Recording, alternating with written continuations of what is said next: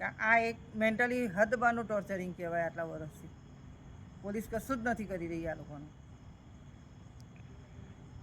તો આ હતા નીલમબેન.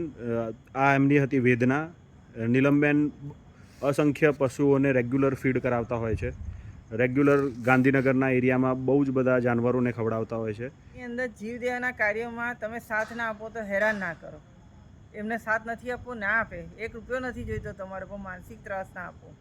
અને હું રાત્રે જે ફરું કે જાનવરોને ખવડાવું એ મારો અંગત વિષય છે, સોસાયટીનો નહીં. જ્યારે કે હું સોસાયટીમાં ખાલી રહું છું, હું સોસાયટીની અંદર નથી કોઈ કૂતરાને ખવડાવતી, નથી પક્ષીઓને ખવડાવતી. જે અંદર એન્ટર થાવ ઝાંપેથી સીધી નોટિસ, ના મારું નામ લખ્યું હોય આ તે. અરે શું છે ભાઈ, આખા બધે જ્યાં જ્યાં ફરે ત્યાં ત્યાં કે ગંદકી કરે છે, આ કરે છે. શું ગંદકી કરી અમે?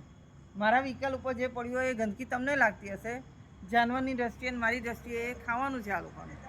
અને બિસ્કિટ હોય આ હોય એમાં કંઈ ગંદકી ના હોય. અને વેજીટેબલ બી હોય તો એ જ્યારે લઈ જાઉં છું ખાલી થઈને આવે મારા થેલા.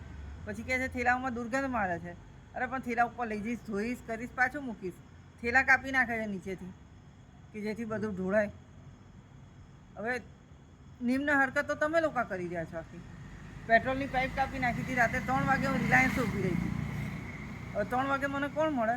સવારે ગેરેજવાળાએ જોયું ત્યારે 3 ભાગ હતા પેટ્રોલની પાઇપના. ચક્કુથી કાપી હતી આખી.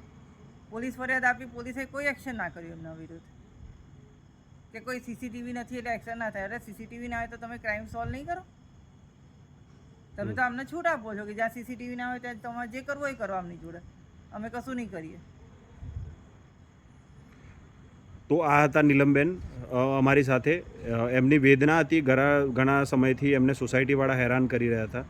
એટલે ખાસ મુલાકાત અમે લીધી, એમને પૂછ્યું, એમને જાણ્યું. જે લોકો આ વિડીયો જોઈ રહ્યા છે, હું ઈચ્છું કે નીલમબેનની મદદ કરે અને એક સોલ્યુશન આવે કે જ્યાં સોસાયટી અને આવા સમાજસેવકો બંને સાથે મળીને સમાજના સારા કાર્ય માટે આગળ વધે.